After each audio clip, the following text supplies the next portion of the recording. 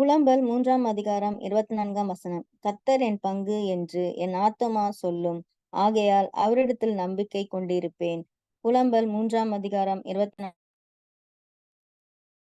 புலம்பல் 3 அதிகாரம் 24 கர்த்தர் என் பங்கு என்று என் ஆத்துமா சொல்லும். ஆகையால் அவரிடத்தில் நம்பிக்கை கொண்டிருப்பேன். இன்னைக்கு இந்த அதிகாலை வேளையிலே நாம் ஆண்டவருடைய பாதத்திலே வந்திருக்கும் பொழுது, பங்கு அப்படின்னு சொல்லும் பொழுது சொத்துல நமக்கு கிடைக்கிற ஒரு பங்கு. இது எல்லாருக்குமே நம்மளுக்கு தெரிஞ்ச ஒரு காரியம்தான். வேதத்துல யாக்கோபு ஏசாவும் யாக்கோபு 2வது பிறந்தவன், ஏசா மூத்த மகன். ஏசாவுக்கு தான் எல்லா சேஷ்ட புத்திர பாகமும் இருக்கிறது. ஆனாலும் இந்த யாக்கோபு எப்படியாவது அந்த சொத்து, அந்த பங்கை எடுத்துக்கொள்ள வேண்டும் என்று சொல்லி அவனை ஏமாத்தி அண்ணனுடைய சொத்தை அவன் எடுத்துக்கொள்ளுகிறான் அப்படின்னு சொல்லி பார்க்கணும். இன்னைக்கும் அநேக குடும்பங்கள்ல இந்த சொத்து விவகாரங்கள்ல நிறைய பிரச்சனை இருக்குது. நிறைய பேர் ஒருத்தரை ஏமாத்தி எப்படியாவது அந்த சொத்தை அபகரித்து கொள்ள வேண்டும் அப்படின்னு பாக்குறவங்க தான் இருக்கிறாங்க. இன்னும் சொல்ல போனா நிறைய குடும்பங்கள்ல சொத்து பிரச்சனையில எனக்கு இந்த கிணற்று பக்கம் இல்லைன்னா இந்த தண்ணி இருக்கிற இடம், இந்த செழிப்பான இந்த இடம் தான் எனக்கு வேணும். ஈக்குவலா பங்கு போட்டிருந்தாலும் அதுல நல்ல இடம் கெட்ட இடம் அப்படின்ட்டுலாம் பாக்குறவங்க எல்லாம் இருக்கிறாங்க. ஏன் நம்ம வேதத்துல ஆபிரகாம் லோத்தை பார்க்கும் பொழுது 2 பேரும் பங்கு பிரிக்கிற மாதிரி ஒரு சூழ்நிலை. அப்பெல்லாம் ஒருத்தர் சொத்துன்னு கிடையாது. யார் எதை எடுக்கிறாங்களோ அதுதான் அவங்களுது. அப்போ லோத்துக்கு அவன் முதல் ப்ரிஃபரன்ஸ் கொடுக்கும்போது லோத்து தன் கண்களை ஏறெடுத்து பார்த்து சோதோமுக்கு அருகாய் இருக்கிற பூமி நீர்வளம் பொருந்தின சம பூமியா இருக்கிறது என்று கண்டு லோத்து அதை எடுத்துக்கொள்கிறான். சோ இன்னைக்கு அநேக குடும்பங்கள்ல பாத்தீங்கன்னா, இது பெட்டர் ப்ராப்பர்ட்டி, இது ரோட்டுக்கு மேல நிக்கிற ப்ராப்பர்ட்டி, இது ஒரக்குழி, இது பின்னாடி இருக்கிறது, அதனால இதுதான் எனக்கு வேணும், அதுதான் உனக்கு வேணும் அப்படின்னு சொல்லி தகராறு, பிரச்சனைகள், கோர்ட்டு கேஸ் எல்லாம் நடக்கிறதெல்லாம் இங்க பாக்குறோம். ஆனா யாக்கோபு மோசே யாக்கோபினுடைய அந்த 12 பிள்ளைகளுக்கும் சொத்தை பிரிச்சு கொடுக்குறான். மோசே கொடுக்கும் பொழுது லேவி குடும்பம், அந்த 12ல ஒரு கோத்திரம் லேவி கோத்திரத்தார். அவங்க கர்த்தருடைய ஊழியத்தை செய்கிறவர்கள். சோ ஆசாரியர்களாக இருக்கிறார்கள். அவங்களுக்கு மாத்திரம் சொத்தை பிரிச்சு கொடுக்கல. அவன் என்ன சொல்றான், உங்களுக்கு கடவுள் தான் உங்களுக்கு பங்கு, சொத்து வேண்டாம். இன்னைக்கு யாராச்சும் நம்ம கிட்ட அப்படி சொன்னா நம்ம என்ன நினைப்போம்? உங்களுக்கெல்லாம் சொத்தே வேண்டாம், கடவுள் தான் உங்களுக்கு பங்கு அப்படின்னு சொன்னா நம்ம என்ன நினைப்போம்? அது எப்படிங்க, சொத்து இல்லாம எப்படி எங்களால இருக்க முடியும்? கடவுள் மாத்திரம் எங்க பங்குன்னு சொல்லிட்டு நாங்க எப்படி இருக்க முடியும் அப்படின்னு சொல்லி நம்ம நினைக்கலாம். ஆனா லேவி கோத்திரத்தாருக்கு மோசே சொல்றான், கர்த்தரே உங்கள் பங்கு. கர்த்தரே உங்கள் பங்குன்னா அவரு கிடைச்சா எல்லாமே கிடைச்ச மாதிரி அர்த்தம். ஆனா அந்த கான்செப்ட் நம்ம நிறைய பேருக்கு புரியாது. அது எப்படி நான் உங்களுக்கு சொத்து இல்லாம எப்படி முடியும்? அதுக்காக சொத்து கூடாதுன்னு சொல்லல. எல்லாருக்கும் அவங்க அவங்களுக்கு வேண்டிய அந்தந்த பாகம் கரெக்டாக அவங்களுக்கு கிடைக்கணும். அதுக்காக நம்ம ஜெபம் பண்ணலாம். நம்ம அதுக்காக பிரயாசப்படலாம். நமக்கு விரோதமாக நம்முடைய சொத்தை அநியாயமாக அபகரித்துக் கொள்ளுகிறவர்கள் எல்லாம் இருக்கிறாங்க. அது ஒரு பக்கம் இருக்கிறது. ஆனாலும் கர்த்தர் தான் என் பங்கு. இந்த சொத்து, சுதந்திரம் இதெல்லாம் ஒரு பக்கம் இருக்கட்டும். இதெல்லாம் நம்மளுக்கு தேவைதான். ஆனா கர்த்தர் நம்முடைய பங்கு, நம்முடைய சொத்து, நம்முடைய சுதந்திரமாக இருக்கிறாரா? புலம்பல் 3 அதிகாரம் 24 இன்னைக்கு நம்ம வாசிக்க கேட்ட சத்தியம், கர்த்தர் என் பங்கு என்று என் ஆத்துமா சொல்லும். ஆகையால் அவரிடத்தில் நம்பிக்கை கொண்டிருப்பேன். அதனால சொத்துல யாராவது நம்மளை ஏமாத்துறாங்களா, இல்லைன்னா வேற எந்த பிரச்சனைகள் நம்மளுக்கு இருந்தாலும், உலக பிரகாரமா வியாதிகள் இருக்கலாம், இல்லைன்னா திருமணம் தள்ளி போய்கிட்டே இருக்கலாம், குழந்தை அடைப்பட்ட கற்பங்களாக இருக்கலாம், குடும்பத்துல ஓயாமல் சண்டைகள், சச்சரவுகள், குடிப்பழக்கங்கள், கடன் பிரச்சனைகள் என்னதான் நம்மளுக்கு முடியாட்டி கூட கர்த்தர் என்னுடைய பங்கு, அவர் எல்லாவற்றையும் பார்த்து கொள்வார்னு நம்ம அந்த ஒரு தைரியம், ஒரு நம்பிக்கை இருந்துச்சுன்னா நான் ஆகையால் அவரிடத்தில் நம்பிக்கை கொண்டிருப்பேன், எல்லாவற்றையும் அவர் பார்த்து கொள்வார் என்று நான் நம்பிக்கை கொண்டிருப்பேன் அப்படின்னு சொல்லி பார்க்கிறோம். சோ கடவுள் தான் நம்முடைய பங்கு அப்படின்னு சொல்லும் பொழுது எப்பேற்பட்ட தீமைகள் வந்தாலும் அவர் நம்மை காப்பாற்றுகிறார். 16ஆம் சங்கீதம் 5ஆம் வசனத்துல வாசிக்கிறோம், கர்த்தர் என் சுதந்திரமும் என் பாத்திரமுமாயிருக்கிறவர், என் சுதந்திரத்தை தேவரீர் காப்பாற்றுகிறீர். ஆண்டவர் நம்முடைய சுதந்திரமாக இருக்கும் பொழுது உலக பிரகாரமான நம்முடைய சொத்து சுதந்திரத்தை எல்லாம் ஆண்டவர் காப்பாற்றுவாராம். இன்னைக்கு நிறைய பேர் பாருங்க, லேண்ட் கிராபிங், ஆக்கிரமித்துக் கொள்ளுகிறார்கள் நம்முடைய நிலத்தை. யாராவது ஒருத்தர் நம்ம கஷ்டப்பட்டு சம்பாதிச்சு நம்ம காசு போட்டு ஒரு நிலத்தை வாங்கியிருப்போம். யாராவது ஒருத்தவங்க வந்து அந்த நிலத்தை வந்து எடுத்துக்கிட்டு இருப்பாங்க. இல்லன்னா நம்ம குடும்பத்திலேயே பெற்றோர் வந்து நம்மளுக்கு பிள்ளைங்களுக்கு எல்லாருக்கும் இவ்வளோன்னு சொல்லி குடுத்திருப்பாங்க. கூட பிறந்தவங்க யாராவது அதை எல்லாத்தையும் எடுத்துக்கணும் அப்படின்னு சொல்லி முயற்சி செய்றவங்க எல்லாம் இருக்கிறாங்க. ஆனா, கர்த்தர் என் சுதந்திரமும், என் பாத்திரத்தின் பங்குமானவர். என் சுதந்திரத்தை தேவரீர் காப்பாற்றுகிறீர். ஆண்டவர் நம்முடைய சுதந்திரத்த காப்பாற்றுவார். நமக்கு ஆண்டவர் அத குடுப்பாரு. நமக்கு வரவேண்டிய காரியத்தை ஆண்டவர் நமக்கு குடுப்பார். வேதத்துல வாசிக்கிறோம், ஒருத்தன் வந்து 2 பேரு சகோதரர்கள் இருக்கிறாங்க. அதுல ஒருத்தன் என்ன பண்றான், இன்னொருத்தனுடைய சொத்த அநியாயமா அபகரிச்சுக்கிறான். அப்போ அந்த ஏமாற்றப்பட்டவன் வந்து ஏசாமிட்ட வந்து சொல்றான், ஆண்டவரே, என் சகோதரன் என்னுடைய சுதந்திர வீதத்தை எனக்கு தரும்படி நீர் அவனுக்கு சொல்ல வேண்டும் அப்படின்னு சொல்லி கேட்கிறான். நியாயமான ஒரு கேள்விதான். சகோதரன் எல்லா சொத்தையும் எடுத்துட்டு போறான். இவன் கடவுள்ட்ட போயிட்டு, ஆண்டவரே, எப்படியாவது என் சகோதரன்ட்ட பேசி என்னுடைய சொத்தை எனக்கு கொடுக்கும்படி நீங்க செய்யுங்கன்னு சொல்லி சொல்றான். ஏன்னா ஆண்டவர் நீதியுள்ள நியாயாதிபதி. அவர்தான் எல்லாவற்றையும் ஆளுகிறவர் அப்படின்னு. ஆனா அவர் என்ன சொல்றாரு, மனுஷனே, என்னை உனக்கு நியாயாதிபதியாகவும் அதிபதியாகவும் வைத்தது யார்?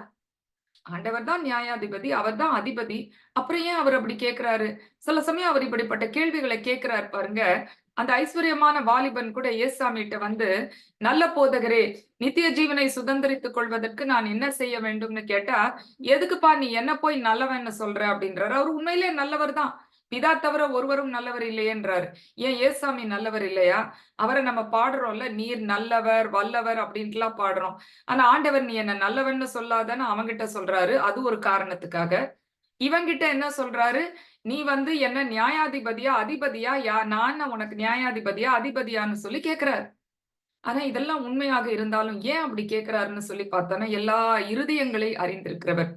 இவனுடைய இவனுடைய ஆசை, இவனுடைய ஃபுல் ஃபோக்கஸும் பார்த்தீங்கன்னா, எல்லாமே அந்த சொத்து மேல மாத்திரம் தான் இருக்கு. அநியாயமா அவன் அபகரிச்சுட்டான். அது ஒரு பக்கம். இவன் தான் ஏமாற்றப்படுகிறவன். இருந்தாலும் கர்த்தர் என் பங்குன்றதே அவனுக்கு கிடையாது. அவனுக்கு வேண்டியது அந்த சொத்து மாத்திரம் தான். அதுக்காக மாத்திரம் தான் கடவுள்கிட்ட வருகிறான். அது கிடைச்ச உடனே அவர திரும்பி கூட அவன் பார்க்க போறது கிடையாது. இது கடவுளுக்கு நன்றாக தெரியும். அதனால தான் அவரு அப்படிப்பட்ட கேள்விய கேட்கிறாரு. அதனால இன்னைக்கு நம்ம குடும்பத்துல யாருக்கோ சொத்த யாராச்சும் ஆக்கிரமித்துக் கொள்ளுகிறார்களோ, வேறு யாராவது இருக்கலாம். இல்ல குடும்பத்திலேயே உள்ளவங்களாக இருக்கலாம். அத நம்ம ஜெபத்துல வைக்கக்கூடாதுன்னு கிடையாது. ஏன்னா, கர்த்தர் என் பங்கு அப்படின்னு சொல்லும் பொழுது, ஆண்டவர் நம்முடைய சுதந்திரத்தை காப்பாற்றுகிறவர். நம்ம ஆண்டவருக்கு முதலிடம் கொடுத்து, அவர்தான் என்னுடைய பங்கு அப்படின்னு சொல்லி, அதுக்கப்புறம் நம்ம அத ஜெபத்துல நம்ம வைக்கும் பொழுது, ஆண்டவர் நிச்சயமாக அவரே நமக்காக யுத்தம் செய்து, அந்த சுதந்திரத்தை நமக்கு காப்பாற்றிக் கொடுப்பார். அப்படின்னு சொல்லி நம்ம பார்க்கிறோம். சோ, அப்படிப்பட்ட சுதந்திரம் எங்கன்னா, அத தொடர்ந்து நம்ம வாசிக்கும் பொழுது அந்த 16ஆம் சங்கீதத்துல, நேர்த்தியான இடங்களில் எனக்கு பங்கு கிடைத்தது. ஆம், சிறப்பான சுதந்திரம் எனக்கு உண்டு. உலக பிரகாரமா லோத்து அப்படி நினைச்சிருப்பான். ஓ! நேர்த்தியான இடத்துல எனக்கு கிடைச்சிடுச்சு. சிறப்பான சுதந்திரம். இப்படி ஒரு செழிப்பான இடம் அப்படின்னு லோத்து நினைச்சிருக்கலாம். இன்னைக்கு குடும்பத்துல கூட சிலர் வந்து பெஸ்ட் பங்கு அவங்க எப்படியோ வந்து எடுத்துக்கிட்டாங்க அப்படின்னா, ஓ! இந்த இடம் செழிப்பான இடம், தண்ணி இருக்கிற இடம் எனக்கு கிடைச்சிடுச்சு. ரோட்டு மேல இருக்கிற இடம், மெயின் ரோட்ல இருக்கிற இடம் எனக்கு கிடைச்சிடுச்சு அப்படின்னு சொல்லி சந்தோஷப்பட்டுக்கலாம். ஆனா நம்ம சந்தோஷப்பட வேண்டியதெல்லாம் இன்னைக்கு நம்ம இந்த அதிகாலை ஜெபத்துல வரோம் பாருங்க. இதுதான் நமக்கு நேர்த்தியான இடம். இதுதான் நமக்கு சிறப்பான சுதந்திரம். இது இருந்துச்சுன்னா உலக பிரகாரமான சொத்து, சுகங்கள் எல்லாவற்றையும் ஆண்டவரே நமக்கு காப்பாற்றி, அவரே நமக்காக யுத்தம் செய்து நமக்கு அதை எடுத்து குடுப்பார். அதனால தான் பார்க்கிறோம், நேர்த்தியான இடங்களில் எனக்கு பங்கு கிடைத்தது. இன்னைக்கு நம்ம எல்லாருக்குமே இந்த நேர்த்தியான இடத்திலே, இந்த ஜெப இடத்திலே நமக்கு ஒரு பங்கு கிடைச்சிருக்கு. சிறப்பான சுதந்திரம். லேவி கோத்திரத்தார் போல இன்னைக்கு நம்மளுக்கு பெஸ்ட் பங்கு ஆண்டவர் வந்து நம்மளுக்கு குடுத்திருக்கிறாரு. எத்தனையோ பேருக்கு கிடைக்காத ஸ்லாக்கியம். யாராவது நம்மளுக்கு ஜெபம் பண்ண மாட்டாங்களா? யாராவது ஒருத்தர் நம்முடைய பிரச்சனைகளுக்காக நம்மோடு கூட ஜெபிக்க மாட்டார்களா? நம்ம மத்தவங்களுக்காக ஜெபிக்கிறோம். ஆனா சில சமயம் நம்ம சோர்ந்து போயிருக்கும் பொழுது, மற்றவர்களுடைய ஜெபம் நமக்கு வந்து அது ஒரு பெரிய ஒரு ஒரு ஆறுதலாக இருக்கும். நம்ம இருதயத்தை ஸ்திரப்படுத்துகிறதாக இருக்கும். ஒருவர் பாரத்தை ஒருவர் சுமந்து கிறிஸ்து இயேசுவினுடைய பிரமாணத்தை நிறைவேற்றுங்கள் அப்படின்னு சொன்னது போல, அப்படி ஒரு நேர்த்தியான ஒரு இடம் நம்மளுக்கு இங்க கிடைச்சிருக்குது இந்த ஜெபத்துல. சிறப்பான சுதந்திரம் நமக்கு கிடைச்சிருக்குது. இது மாத்திரம் நம்மளுக்கு இருக்குதுன்னா, வேற எல்லாமே நம்மளுக்கு கிடைக்கும். ஆண்டவர் மற்ற உலக பிரகாரமான சொத்து, சுதந்திரம், சுகங்கள், பலன்கள், இன்னும் உலக பிரகாரமான குறைவுகள் எல்லாவற்றையும் ஆண்டவர் தீர்த்து வைக்க அவர் வல்லவராய் இருக்கிறார் அப்படின்னு சொல்லி நம்ம பார்க்கிறோம். சோ 73ஆம் சங்கீதம் 26ஆம் வசனத்துல வாசிக்கிறோம். என் மாம்சமும் என் இருதயமும் மாண்டு போகிறது. தேவன் என்றென்றைக்கும் என் இருதயத்தின் கன்மலையும் என் பங்குமாய் இருக்கிறார். சில சமயம் நம்ம ரொம்ப சோர்ந்து போயிடுறோம்ல. மாம்சத்துல சோர்ந்து போயிடுறோம். இருதயத்துல சோர்ந்து போயிடுறோம். ஆனா, நம்முடைய இருதயத்தின் கன்மலை யாரு? அந்த கன்மலையின் பங்கு யாரு அப்படின்னா, ஆண்டவர் அப்படி இருக்கும் பொழுது, என்னதான் நம்முடைய மாம்சம் சோர்ந்து போயிருந்தாலும், நம்முடைய இருதயம் சோர்ந்து போயிருந்தாலும், கர்த்தர் என் பங்கு அப்படின்னு சொல்லி இருக்கும் பொழுது, சோர்வுற்ற நம்முடைய மாம்சங்களையும், இருதயங்களையும் ஆண்டவர் ஸ்திரப்படுத்துவார் அப்படின்னு சொல்லி நம்ம பார்க்கிறோம். சோ அவர் மாத்திரம்தான் நம்முடைய பங்குன்னு சொல்லி அதுக்கு நம்ம முதலிடம் கொடுக்கும் பொழுது மற்ற எல்லா காரியங்களையும் அவர் நமக்கு கொடுப்பார். 119ஆம் சங்கீதம் 57ஆம் வசனத்துல பார்க்கிறோம், கர்த்தாவே நீரே என் பங்கு, எனக்கு வேற எதுவுமே நான் கேட்கல. அந்த 2 சகோதரர்களுக்கு சொத்துல சண்டை வந்துருச்சு. அதுல ஒருத்தன் வந்து, ஆண்டவரே எனக்கு என் பங்கு மாத்திரம் கிடைச்சா போதும் அப்படின்னு தான் அவன் வரான். அதெல்லாம் அந்த இடத்துல சொல்லல. ஆனா ஆண்டவருக்கு இருதயம் தெரிகிறது. ஆனா இங்க நம்ம என்ன சொல்றோம்? கர்த்தாவே நீரே என் பங்கு, நான் உமது வசனங்களை கைக்கொள்ளுவேன். இப்படி சொல்லும் பொழுது உலக பிரகாரமாக நம்முடைய பங்கு, சொத்து, சுதந்திரம் எல்லாவற்றையும் ஆண்டவர் நமக்கு கொடுப்பார் அப்படின்னு சொல்லி நம்ம பார்க்கிறோம். அதனால இந்த நம்ம பங்கு ஏன் ஆண்டவர் நம்முடைய பங்குனா, ஒரு சின்ன ஒரு சில ஃபியூ சென்ட்ஸ் லேண்டுக்காக இல்லன்னா சென்ட் எல்லாம் கிடையாதுங்க. ஏக்கர்ல போகுதுங்க. அது பயங்கர விலைங்க அப்படின்னு நம்ம சொல்லலாம். எத்தனை ஏக்கரான நிலமா இருக்கட்டும், இல்லன்னா கொஞ்சம் சென்ட் நிலமாக கூட இருக்கட்டும், இல்லன்னா எத்தனை கோடி பெருமான நிலமா கூட இருக்கட்டும். ஆண்டவர் வானத்தையும், பூமியும் எல்லாவற்றையும் படைத்தவர். இந்த இந்த பூமியில் உள்ள மொத்த ஏக்கரையும் அவர் படைத்தவர். ஆதியாகமத்துல உண்டாக கடவுதுன்றாரு. ஜலத்தை எல்லாம் ஒரு பக்கம் குவியலாக சேர்த்து வைத்து, சேர்ந்த ஜலத்திற்கு சமுத்திரம் என்று பெயரிட்டார். வெட்டாந்தரைக்கு பூமி என்று பெயரிட்டார். அந்த வெட்டாந்தரையில உள்ள ஒரு சில சென்ட், சில ஏக்கரை யாராவது ஆக்கிரமித்துக் கொண்டிருக்கிறார்கள். ஆனா, நம்ம என்ன இதுல தெரிஞ்சுக்கணும்னா, மொத்த வெட்டாந்தரையுமே படைத்தவர் அவருதானே. இந்த சென்ட்டையோ, ஏக்கரையோ அவரால நமக்கு கொடுக்க முடியாதா? ஆனா நம்ம முதலிடம் ஆண்டவருக்கு நம்ம குடுக்குறோம். இதுக்காக மாத்திரம் நம்ம ஆண்டவரை தேடி வரல. அவர்தான் நம்முடைய பங்கு. இது கிடைச்சக்கு அப்புறமும் நம்ம ஆண்டவரே நீர்தான் என் பங்குன்னு தொடர்ந்து அவரிடத்துல நம்ம இருக்கிறோமா? அப்படின்றது தான் முக்கியம். எரேமியா 10ஆம் அதிகாரம் 16ஆம் வசனத்துல, யாக்கோபின் பங்கா இருக்கிறவர் அவர்களைப் போல் அல்ல, அவர் சர்வத்தையும் உருவாக்கினவர். யாக்கோபுடைய பங்கு எப்படியாம்? அவர் சர்வத்தையும் உருவாக்கினவர். எல்லாவற்றையும் உருவாக்கினவர் தான் யாக்கோபின் தேவன், நம்முடைய தேவன். அப்போ இந்த நம்ம எந்த லேண்டுக்காக நம்ம வந்து கஷ்டப்படுகிறோமோ, எந்த பொருள் நம்மள விட்டு போயிடுச்சுன்னு நம்ம ஃபீல் பண்றோமோ, அதை எல்லாவற்றையும் அவர் படைத்திருக்கிறார். அவர் சர்வத்தையும் உருவாக்கினவர். இஸ்ரவேல் அவருடைய சுதந்திரத்தின் கோத்திரம். சேனைகளின் கர்த்தர் என்பது அவருடைய நாமம். இன்னைக்கு நம்ம அவருடைய கோத்திரம். அவர் நம்முடைய பிதா. அவர் சர்வத்தையும் உருவாக்கினவர். அப்போ இந்த பூமி, இந்த நிலம், இந்த லேண்ட், இந்த பிரச்சனைகள் எல்லாவற்றையும் அவர் பார்த்துக் கொள்வார் அப்படின்னு சொல்லி நம்ம பார்க்கிறோம். அநியாயக்காரர் தேவனுடைய ராஜ்யத்தை சுதந்திரிப்பதில்லை என்று அறியீர்களான்னு வாசிக்கிறோம். இன்னைக்கு நம்முடைய சுதந்திரம் வந்து முக்கியமா இந்த உலக பிரகாரமா நம்மளுக்கு கிடைக்கிற லேண்டு, சொத்து எல்லாத்தை விட நம்முடைய சொத்து, நம்முடைய சுதந்திரம் எல்லாம் நம்முடைய திருச்சபையின் பேருக்கு ஏற்பபடி தேவனுடைய ராஜ்யமாக இருக்க வேண்டும். ஆனா நம்ம அநியாயம் பண்ணிக்கிட்டு இருந்தோம்னா அவருடைய ராஜ்யத்தை நம்ம சுதந்திரிக்கவே முடியாது. அந்த ராஜ்யத்தை தான் எப்படியாவது நாம் சுதந்திரிக்க நாம் முயற்சி செய்ய வேண்டும்.